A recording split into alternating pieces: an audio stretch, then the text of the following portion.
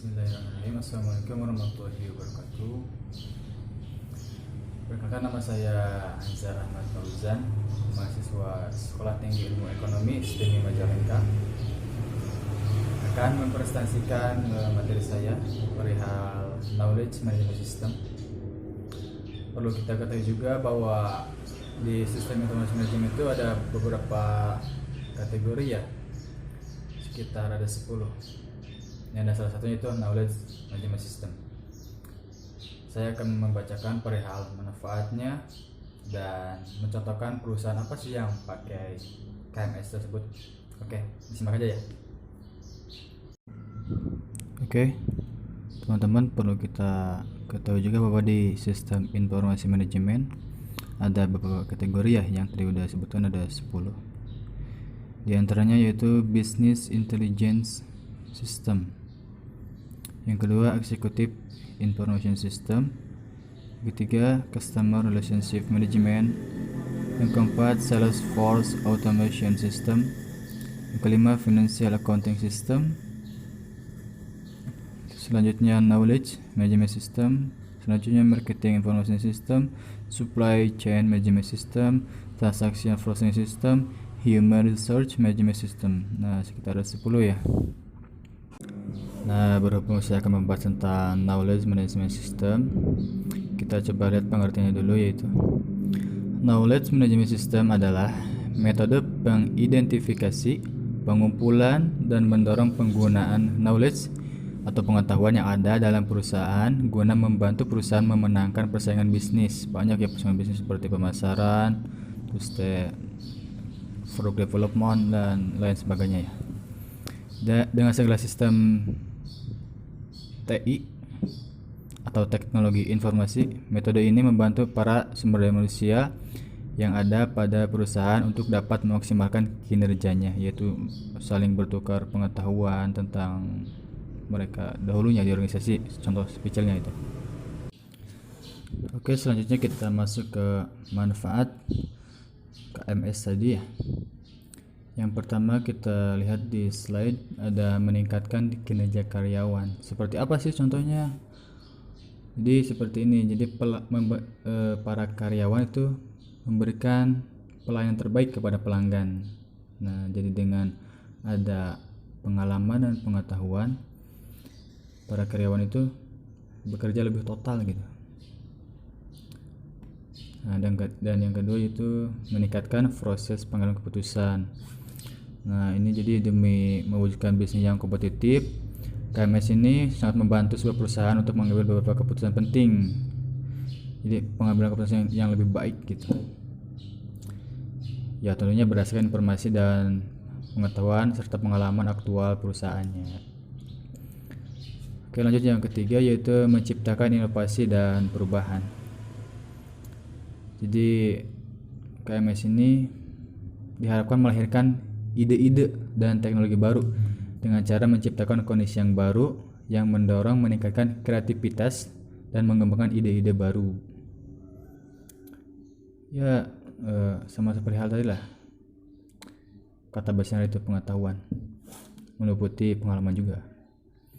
Dan yang terakhir, yang keempat, yaitu penghematan waktu dan biaya. Nah, dengan adanya KMS ini yang berdasarkan sumber pengetahuan yang terstruktur tentunya dengan teratur dan baik, maka perusahaan akan lebih mudah untuk mengembangkan pengetahuan tersebut untuk konteks yang lainnya, sehingga tentu saja perusahaan nantinya akan dapat menghemat waktu dan biaya. Jadi labanya lebih besar juga. Oke, selanjutnya kita lanjut ke contoh perusahaan yang memakai Knowledge Management System ini, yaitu ya udah tidak asing lah, PT Unilever Indonesia. Ya, perusahaan yang besar ini udah cukup lama ya di Indonesia, perusahaan asal Belanda ini. Yang pertama, penerapannya yaitu komunikasi pemasaran yang bersatu, one voice. Nah, ini teknik pemasaran yang satu komando gitu. Yang kedua, pengembangan SDM. Jadi di PT Unilever ini karyawan adalah aset yang berharga bagi Unilever Indonesia itu, karena Unilever Indonesia membuat strategi dan sistem human capital yang bersifat komprehensif ya untuk meningkatkan performa pengembangan karyawan gitu. Jadi karyawan bekerja sesuai kemampuannya. Selanjutnya itu budaya coaching. Jadi budaya coaching ini seperti senior memberikan pengetahuan dan pengalamannya kepada junior gitu. Ya sederhananya seperti itulah. Dan di PT Unilever Indonesia ini kalau lihat dari beberapa sumber ada sekitar seperti seminar-seminar atau kalau bahasa kampusnya upgrading gitu. Dan yang terakhir itu budaya sharing knowledge, yaitu berbagi tentang pengetahuan, pengalaman ya supaya kinerja karyawan dan staf-stafnya lebih baik. Ya sederhananya seperti itu tentang knowledge management system. Adapun kesimpulannya nanti teman-teman boleh baca di sini dan cukup panjang ya.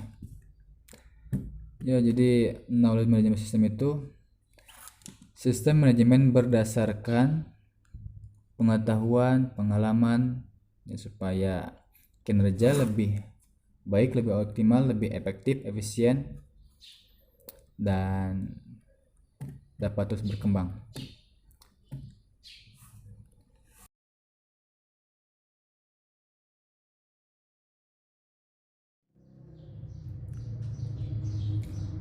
Oke, bagaimana teman-teman? Bisa dipahami? Ya kesimpulannya seperti ini aja lah. Jadi KMS ini menjalankan fungsi-fungsi manajemen berdasarkan pengetahuan, pengalaman dari dalam perusahaan maupun dari luar. Nah tentunya ada aplikasi-aplikasi ya, ini juga aplikasi seperti ada Exo, Slack, Google Drive juga itu termasuk ke KMS. Jadi itu ya.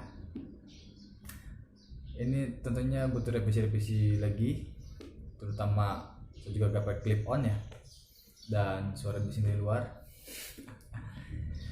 Yaudah, saya minta maaf untuk kesalahan-kesalahan. Ya, nggak perlu minta maaf juga ya. Ya mohon dimaklum lah. Oke, terima kasih.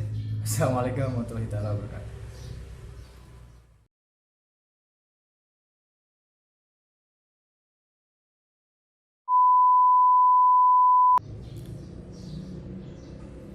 Oke, badai.